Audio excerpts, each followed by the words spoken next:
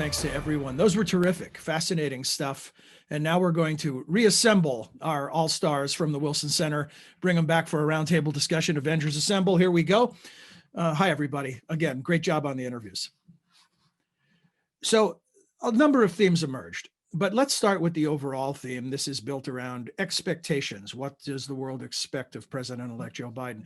So we saw a range within your interviews. We saw some people, I would think it might be safe to say that, Dan, in Europe, that was the most celebrating in seeing President Trump go and President-elect Biden prepare to take office. But we certainly didn't see that across the board. So if each of you would maybe begin by talking to us about what you're hearing from the people you're speaking to, from the foreign press that you're following, in terms of expectations, whether they're high, low, or somewhere in between. And Dan, since I tagged you on the reactions of Norbert Röttgen, let's begin with you. Well, Norbert is running to be Angela Merkel's successor, so he is approaching this with a positive vibe. If I had had a Polish colleague in that interview, the Poles are a little nervous because they have placed a huge bet on Donald Trump. So the reactions in Europe are really across the board. It's not one.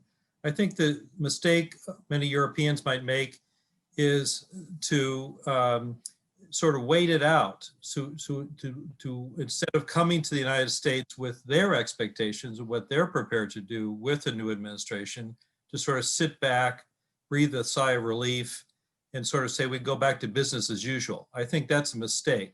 I think a new administration won't want to reinvent the transatlantic alliance. It won't want to go back to something that really is no longer really a sustainable basis for a partnership.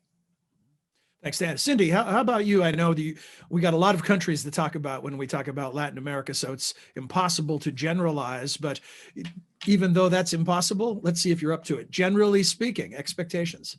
Sure. Generally speaking, again, it depends on who you're talking to, as you were saying. President Bolsonaro of Brazil, López Obrador of Mexico, as Daniel Sovato was pointing out, have yet to recognize the Biden victory. And we can pick that apart a lot, but that is true. But overall, I would say that the election of Joe Biden was welcomed. He is seen as someone who knows the region.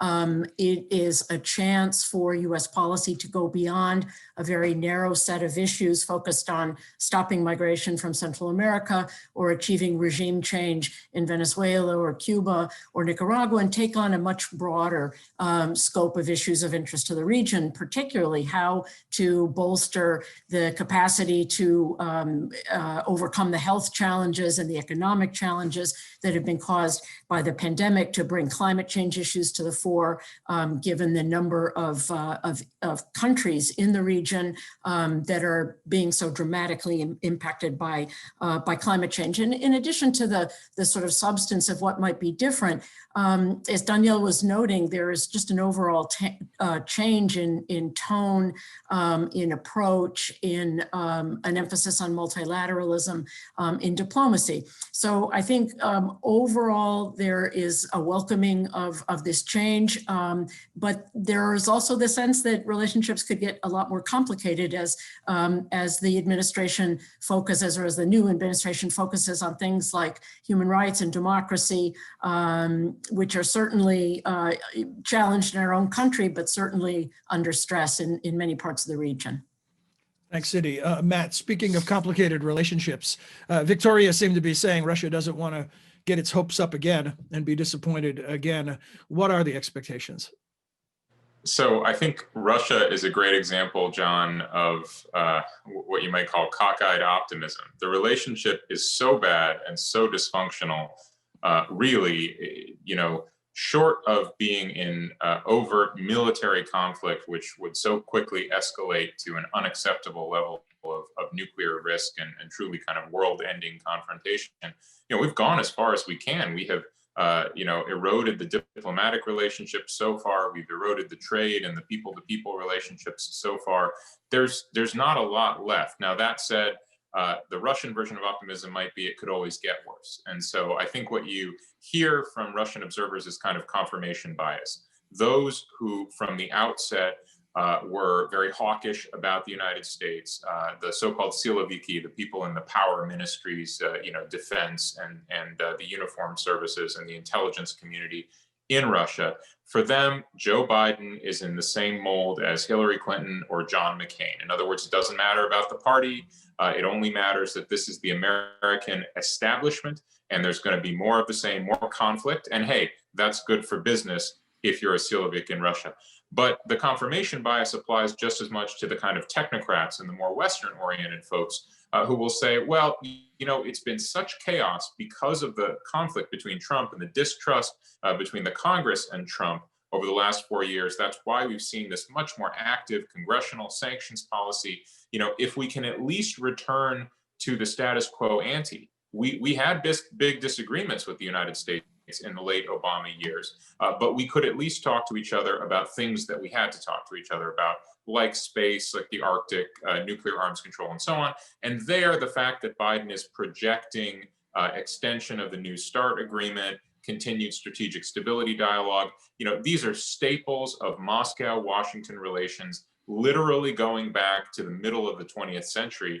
And I think that those pragmatic Russians welcome that.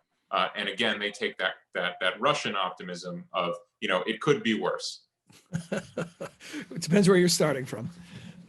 Monde, Tom Mambayo made a point about African expectations in that they just like to see the U.S. pay a little more attention to Africa. Does that sum it up?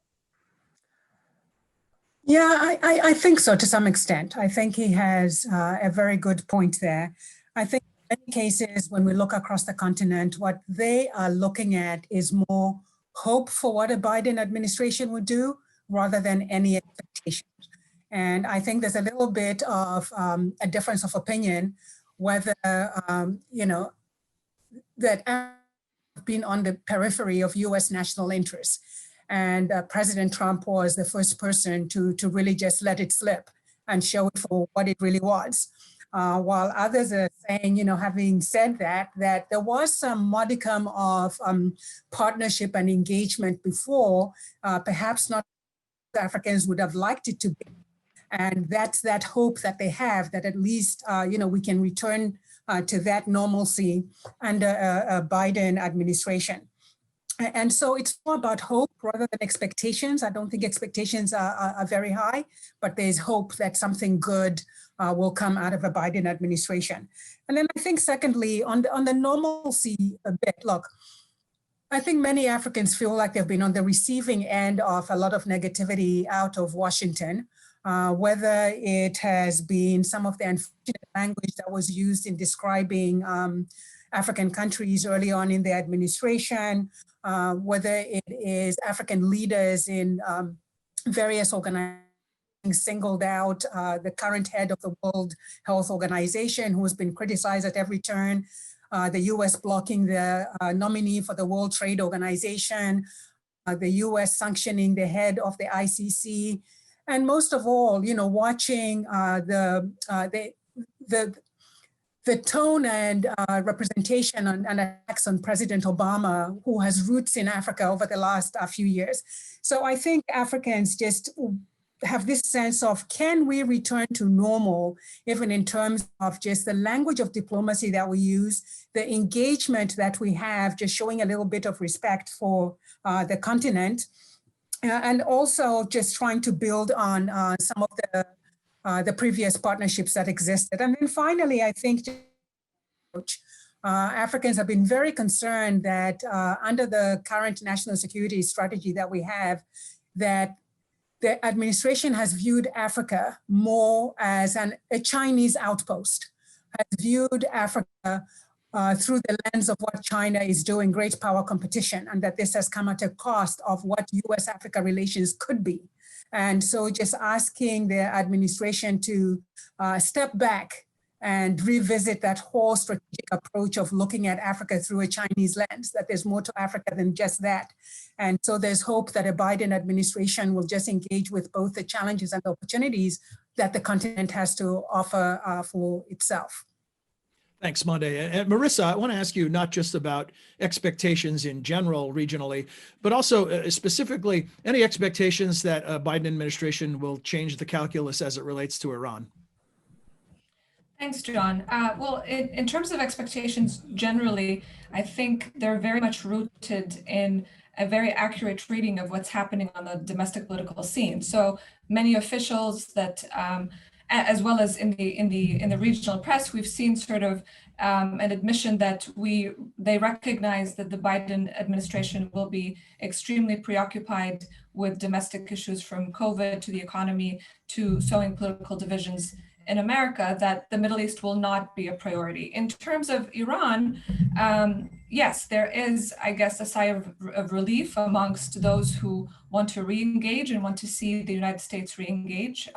President-elect Biden has spoken about re-engaging in talks with Iran. So of course, the news was in Iran itself was definitely received with a bit of a sigh of relief that this might end the maximum pressure policy that has severely affected the Iranian economy. And apparently hasn't worked as far as deterring the nuclear program. Well, those who are very close Iran watchers could also, have also argued that beyond just not deterring the nuclear program, it has also emboldened many of the hardliners in the regime. Okay, thanks, Merissa. Robert, a fascinating commentary by Dr. Tong, essentially saying, we're a TV show. We're there for their amusement, an empire in decline. So what are their expectations of us? Their expectations, I think, have been tempered by closely watching the election process. And they realize that President Joe Biden's style will be very different than President Trump's. But the content of the relationship, a long-term, worldwide, comprehensive competition, this isn't going to change. There's a commitment to this from both Democrats and Republicans. And there are historical and structural reasons that we are where we are with China. Neither President Trump nor Xi Jinping did this. This has been long coming. And now we find ourselves in something still short of a Cold War situation, but one that could yet tip in that direction. So the Chinese know that President Biden will probably, at least early in his administration, bring a lot more certainty to the relationship. His diplomatic rhetoric is more traditional. You won't have deliberate provocations, speeches that sound like insults for insults' sake. They know that President Biden will re-enable the American expert bureaucracy at the State Department, the Defense Department. And when you work through normal policymaking channels, that tends to rub the rough edges off of American policy and slow things down. And that will likely include, in China's view, and I think correctly, some attempt to have new dialogues, either between Biden or the Communist Party General Secretary Xi Jinping, and even at other levels. So less uncertainty, but really more of the same. And so China has already accounted for that. And as Professor Zhao Tong said, they're moving ahead on their own priorities. China is writing its own story. They don't see the Biden election as epical. What was epical was China's rise. And that's the engine for Chinese foreign policy going forward. They're aware of American power. They're wary of American power, but they don't see anything that's going to cause them to reconsider their strategies. One of the most consistent terms used to describe Donald Trump and his administration in regards certainly to foreign policy has been that of disruptor, an agent of disruption. And that emerged in the interviews that you conducted. I'm wondering, is it other words that came up, stability, credibility, trust, winning back trust. What are your thoughts on the heavy lift ahead for the Biden administration in that regard? Some people have said the U.S. can't be trusted as it relates, I think it was Rami Khoury, can't be trusted as it relates to trade agreements or other types of agreements because they might pull out. What are you thinking in that regard? Who'd like to begin? I'll jump in, John. I think those are absolutely the words that we've heard that cover all the regions. I think what's interesting with regards to the Middle East, that at a minimum, the expectation is that the Biden administration will reset the tone and then focus on issues that are important to the citizenry that Rami Khoury has talked about, who are frustrated, feel disenfranchised, and are taking to the streets to express their frustration and their anger. And so there is, again, a sigh of relief that there will be not necessarily a very proactive, for example, democracy and human rights agenda, but that focus will return and will slowly restore basically faith in America. According to recent surveys of the Arab Barometer, for example, US credibility and perceptions of the US have declined significantly since President Trump was elected. And so people are hoping for a change. Other recent figures have shown just 2 days before the election that in 5 countries in the region, Jordan, Lebanon, Tunisia, Morocco, and Algeria, the preference was for a Biden foreign policy for the region. So at a minimum, there is this hope for a change of tone and for an America that, again, restores diplomacy as an arm of foreign policy. Dan Hamilton, and then we'll come to you, Monde. Well, I was just going to say, I think the Europeans are expecting a change of tone very much. And I think the administration is likely to provide that right away. In fact, Joe Biden's already talked to most major European leaders and already set that tone. But I think embedded within a different tone are going to be higher expectations of Europe. A new administration is expecting more of Europe, not less. The tone might be right, but then will come the message. Joe Biden's going to say, we will join the Paris Climate Agreement Accords day one, but I'm going to host a global climate summit with 100 days with a very ambitious agenda, which will actually disrupt the current COP process, the Paris process, which calls for a summit only next fall. And he'll have to align expectations with the Europeans on what that means.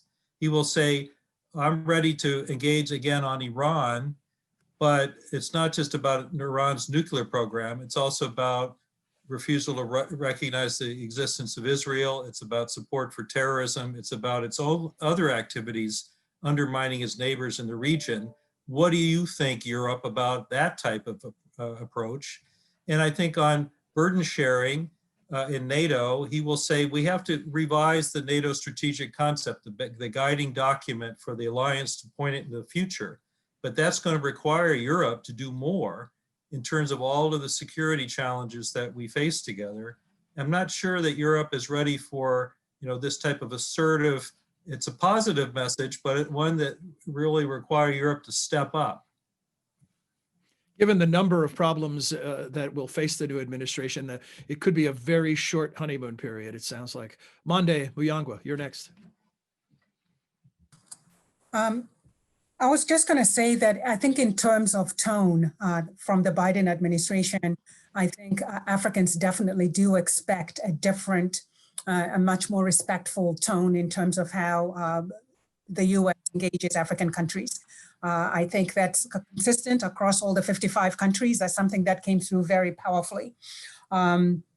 On the issue of trust and credibility, that also came through, that Biden administration has a lot of work to do in terms of rebuilding trust and credibility. Just looking, for example, at multilateralism, I think a lot of Africans are hoping that a Biden administration will take a lead in repairing the multilateralism that has been so damaged over the last few years. On issues like COVID, which we're going through right now, that we're going to need some multilateral approaches there to be able to address the pandemic, on issues of trade, on issues of climate change, all of which matter greatly to Africa and other countries, but whose multilateral institutions have kind of been undermined and diminished over the last few years, that they hope a Biden administration will take a different tack to that. And then I think finally, one of the things that African countries are speaking with, both at the official and unofficial level, is that a Biden administration will have to engage with a little bit more humility when it comes to issues of governance. That they have seen over the last few years, that the last few months, the challenges have been exposed in terms of governance issues here in the United States. And what they're hoping for is that acknowledges those governance challenges, even as it reasserts its voice on issues of human rights, in issues of democracy, and on issues of justice. That without that humility, it's not going to work. Because so much damage has been done based on the challenges that have been exposed here at home. Thanks. On this, before we move on from this topic of winning back trust, Cindy, Matt, or Robert, would you like to weigh in on this one? Cindy? Need you to unmute, Cindy. Tried to do that before. It's a Zoom Just to- tradition, no problem. Exactly, thank you. Just to follow up on what Monde said, I think a lot of people in Latin America have looked in a certain sense with shock and horror at what's taken place in the United States over these last months. People talk about the Latin Americanization of US politics. The divisions, the casting of opponents as enemies. Anyway, we can go into a big litany, but it will make it more difficult for the United States to do things that it traditionally has done, which is to try to build democracy, to advocate on behalf of human rights. And that voice is very important and will continue to be important, but it can't be in a sort of lecturing or hectoring way, given all of the blemishes of our own process. And I think the person that Monde interviewed used another word that was really critical to this, a return to a sense of normalcy. And I think that's probably where leaders in the region are breathing the greatest sigh of relief, that they feel that they will be able to talk to people, that they're not going to be strong-armed or, have their back pushed against the wall to accept, what it is the United States wants them to do, that there will be a much more collaborative process. And that's an important change. In the case of China, distrust between the United States and China is already at an all-time high for slightly different reasons than there are issues with American reliability elsewhere. It's not that we have pulled out of treaties or agreements with China that they wanted us to stay in. It's just that we have been pursuing a competition with China. And so what China sees when it looks at the Biden team, they don't speak about building trust with China, but Biden, unlike President Trump, has said that we do need to cooperate with China where our interests align on public health issues, on combating global warming. The question here is whether China is going to be able to cooperate with the United States when we are also competing with China and criticizing China in other areas. This goes against China's grain. They don't like to work with us in one area that they box off if we are making life difficult for them in another. To give one example, candidate Biden said that what China is doing to the Uyghurs out in Xinjiang is genocide. Very clearly, he got out ahead of the Trump administration on that. And I don't think that President Biden can walk that back, nor do I have any reason to think that he wants to walk that back.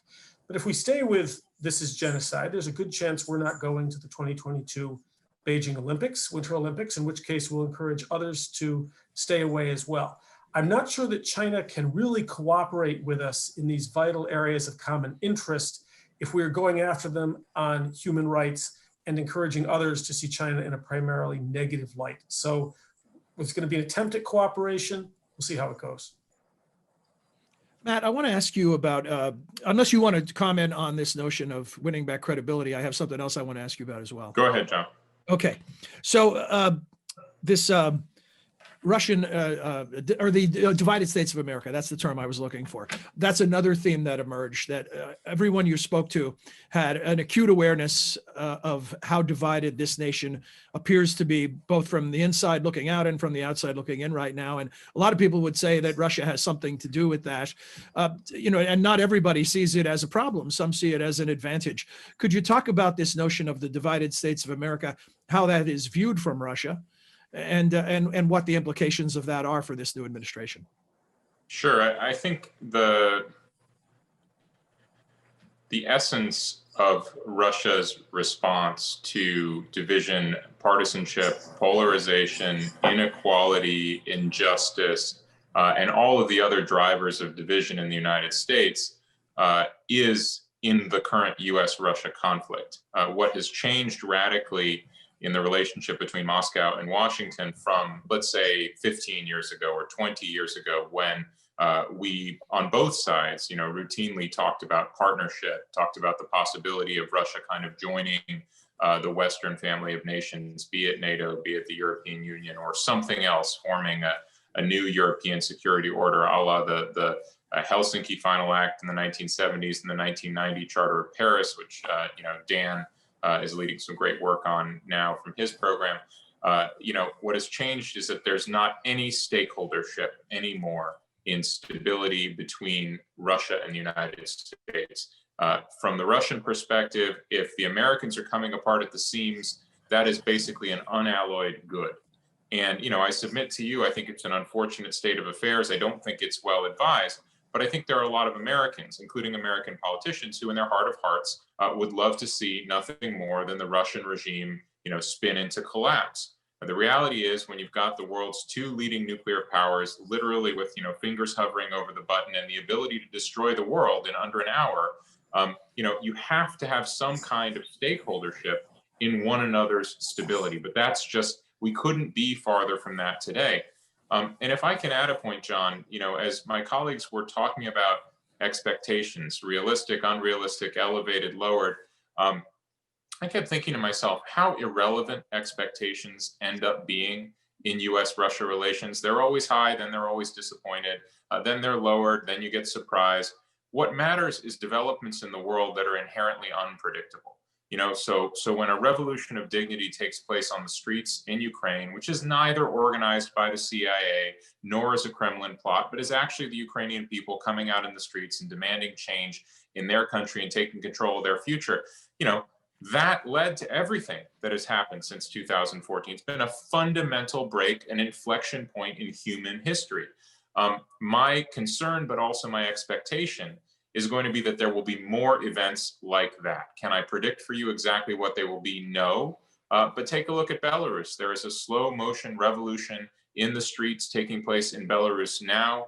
There are some people who want to treat the Belarusian case from both the Russian side, frankly, and the Western side as another Ukraine, as another kind of geopolitical conflict. There are Belarusians pushing back very hard against that, saying, no, please, we don't want to go that route. We want to, find a place and live in peace in our neighborhood. We just want to get rid of this corruption and this oppressive authoritarian regime. So that's an example of, events could move much faster than expectations or policy from either Russia or the United States. And so, at the end of the day, I see some sources of continuity across US administrations that will continue in the Biden administration as well. The United States is not going to suddenly roll over on the issue of human rights abuses or bullying of Russia's neighbors. But on the other hand, I think it is very likely that developments in the world are going to catch us by surprise. It happens every time. Matt, that's such a critical point that you make. I'm reminded of the John Lennon lyric of life is what happens when you're making other plans. There are limits to what we can foresee. John Lennon, though, right? John Lennon. Yes, John Lennon. That's right. I'm talking to the wrong guy when I invoke Lennon. I want to stick with this for a little longer, this theme of how we're viewed as a divided nation and what the implications are for our allies, our enemies, and for the Biden administration.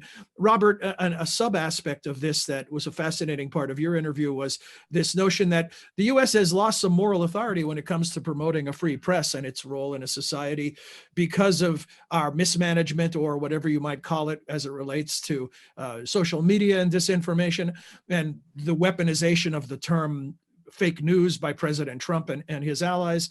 Talk a bit about that and how that factors into the equation for the new administration.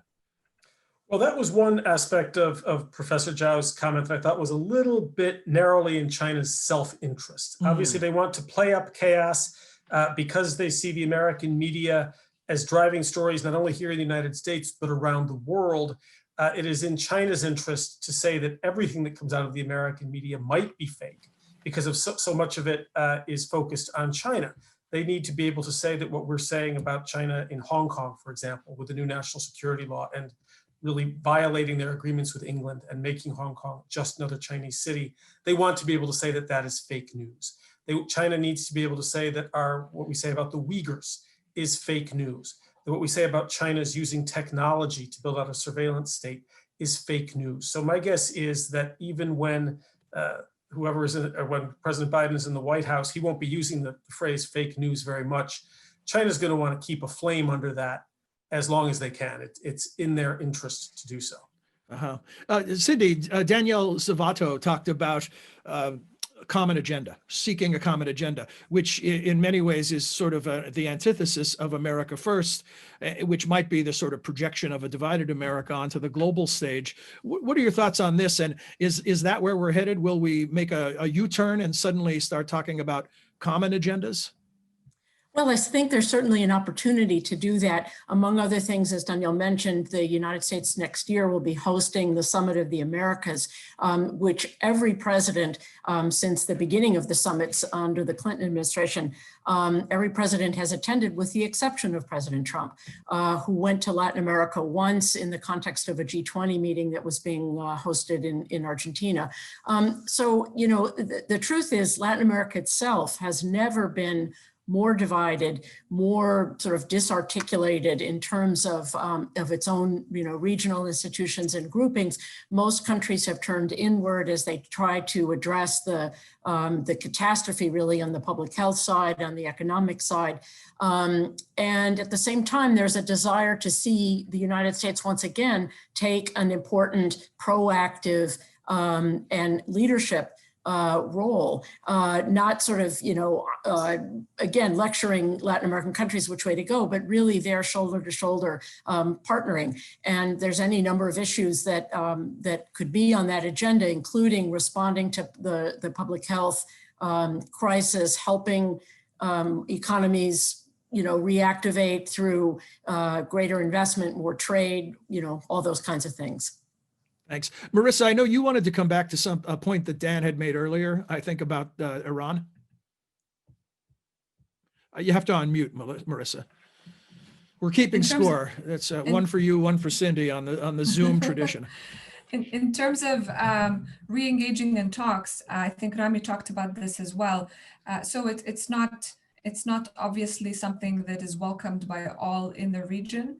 It is important to engage the Europeans in that conversation, but there will be leaders, primarily of Saudi Arabia, the United Arab Emirates, and probably Bahrain, who would want this approach to be very different, would want a seat at the table, or would want to be consulted, which they always use that as a point to criticize the JCPOA for a few years ago when it was negotiated by the Obama-Biden administration. So there are definitely those in the region who are watching a little bit more closely, who are more cautious, not too optimistic. And going back to sort of the human rights and democracy points as well, we've already seen signs of not jitters, but I think just steps taken by countries like Egypt and Saudi Arabia in at least announcements of releasing political prisoners. Erdogan recently talked about the rule of law, you know, given after years of increased repression and limitations on freedoms. And so there is a recognition amongst those who have gotten away with a lot during the Trump years that they need to slowly recalibrate and refocus on human rights and democracy issues. Thanks, Merissa. We are shockingly close to the end of our time, and that's always what happens in a good conversation. It moves very quickly. So I'm going to do something. I want to tee up. I want to go around with each of you and ask you the same question to end on. But before I do that, I'm going to ask Dan one more question. That way you'll have some time to gather your thoughts. And here's the question that I'm going to ask. When you're looking ahead for the Biden administration and you consider the expectations around the globe, not just necessarily in the regions that you are expert in, you can make your answer could address any of these areas. Question is simple. What is the biggest challenge immediately facing the Biden administration? And what is the biggest opportunity, maybe low-hanging fruit or someplace to gain some traction quickly for the Biden administration? Think about that. I'm going to buy you some time by asking Dan a question, because I don't want to let this slip by. Something that Norbert Röttgen said, Dan, was that great powers competition is moving more into a technology competition, which was a fascinating idea. Can you expand on that a bit, and then we'll go to our final round? Yeah, it reflects the German debate that under the Trump administration, they felt they had been caught between China and the US, especially on the 5G debate and other things. But I think it reflects really a deeper trend that probably we all have to think harder about. That is, you know, what's really shifting in this world? It's not just the territorial, geopolitical world we like to talk about. It's deep, deep trends having to do with innovation. Innovation in the digital world, we've seen innovation that is affecting our health and our health security. We've seen the whole nuclear world is entering a whole nother phase where the old rules don't really apply anymore. So this confluence of sort of the nuclear, the digital, and the biological, these are fundamental trends. They're about how we're connected and the flows that connect us as societies. It's not about states and territories. And that's not about more or less globalization. It's about the whole thing is being transformed. And I think it's a really fundamental how we think about that and who we think our partners are when we have to address those kinds of changes, because we don't even have the vocabulary right now to even describe those deeper trends that are going to affect all of us. Thanks. Okay, so now we'll move to our final round and that two-headed question.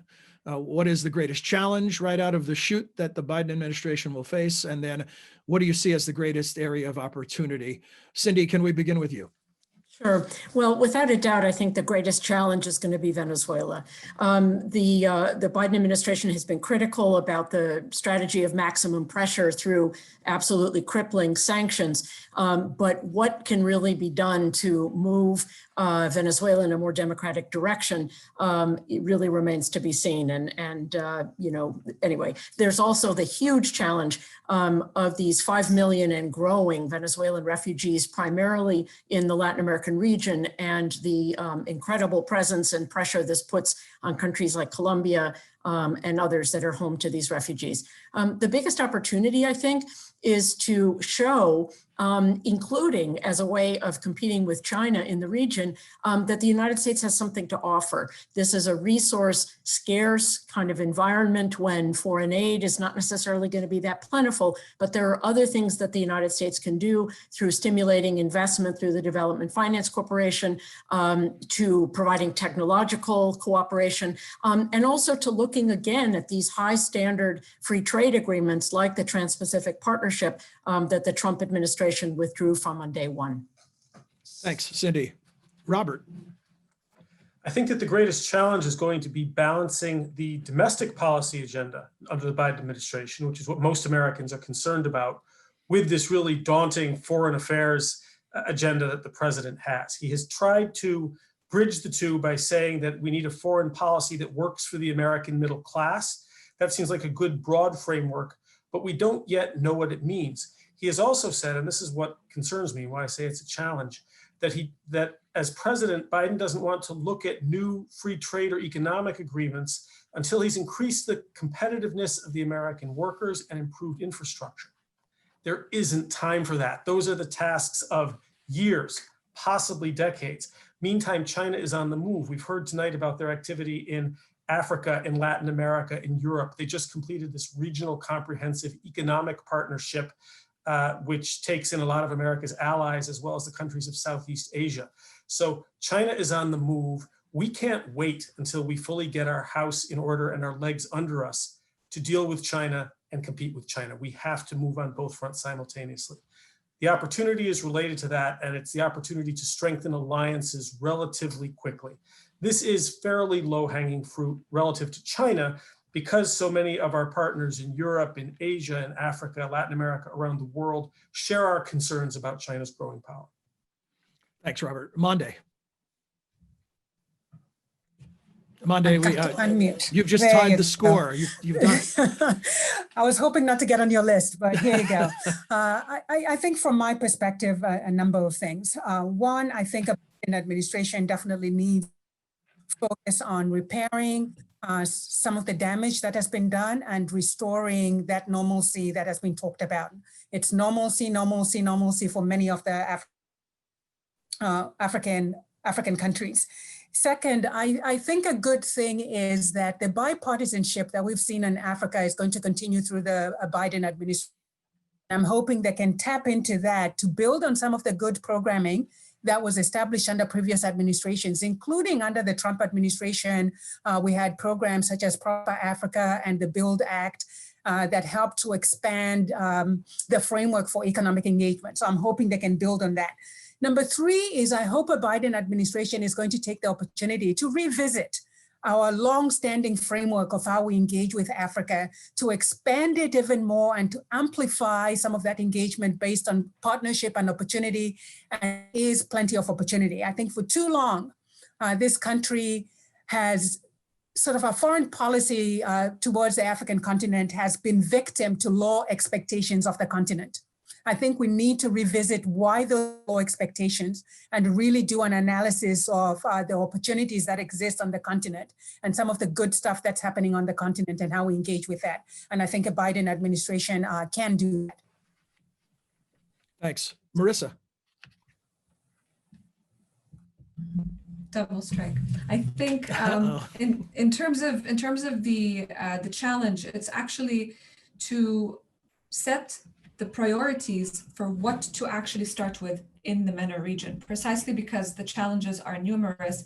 And Rami is correct in stating that the region has changed tremendously. There are very deep socioeconomic challenges, political disenfranchisement, layers and layers of complex issues, tectonic shifts in terms of the geostrategic situation in the region. And he made the point that they even changed in the 4 years since Joe Biden's been out of office. Absolutely. We've seen the changes at the outset of the Arab uprisings, but they've been more solidified with, as he mentioned, the Saudis and Emiratis taking a more aggressive role in the region, Turkey being emboldened beyond the MENA region, and then these new pathways to peace that we've seen that have changed dynamics, as well as protests that broke out last year, and very likely we will see more. So the challenge is to actually how to prioritize. The opportunity, I think, is a serious recommitment to political engagement in the region in order to address the challenges ahead, but also to perhaps be a little bit more involved in pushing for the political processes and the active conflicts that we have in Libya, Yemen, and in Syria, and ensure that the rhetoric is not only focused on sanctions and the threat of use of force. It's just going back to American diplomacy and more serious political engagement. Thank you. Matt. So the low-hanging fruit is very easy. By a stroke of the pen, President Biden can extend the New START nuclear agreement. He has said that he will do that.